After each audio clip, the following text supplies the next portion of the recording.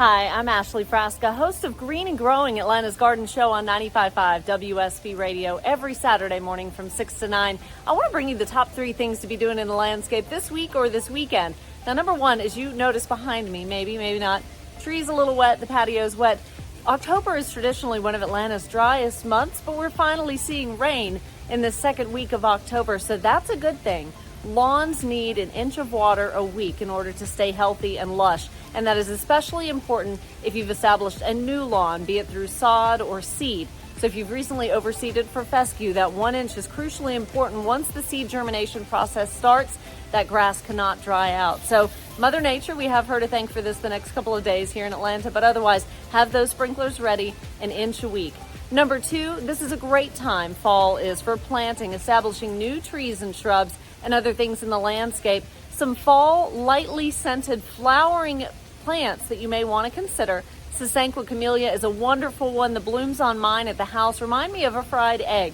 They have white, beautiful petals with a yellow center that has a light fragrance to it. Also, sweet autumn clematis, aptly named for sweet autumn clematis because of the flowering and the scents. And also tea olive or osmanthus. That's another one that has lovely, delicate little white flowers, but that is really good around an entryway or something like that if you can keep it in shape. They do tend to get up to maybe 10 to 12 feet tall. And number 3, you want to keep an eye on your hummingbird feeders. Maybe keep just one out for the stragglers, but most have already made their way south for the migration for the winter time. So if you're starting to see that happen, you're happy to take those down, clean them out, and have them ready for next year. Don't leave the glass hummingbird feeders out for the winter time, because if any moisture or water is in that glass, it's going to crack and freeze, leaving you without a hummingbird feeder. And also be careful. This is a number 4, but this is really important. We're anxious to clean up the yards, right? And start tidying things up, spending more time outside.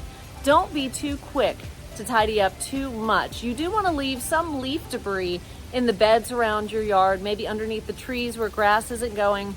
That makes for wonderful conditions for overwintering insects and pollinators. Leaving the stems. Some stems of some plants are hollow, and bees will hide out in those for the winter time, so you could leave some of those things rather than cutting them back to the ground.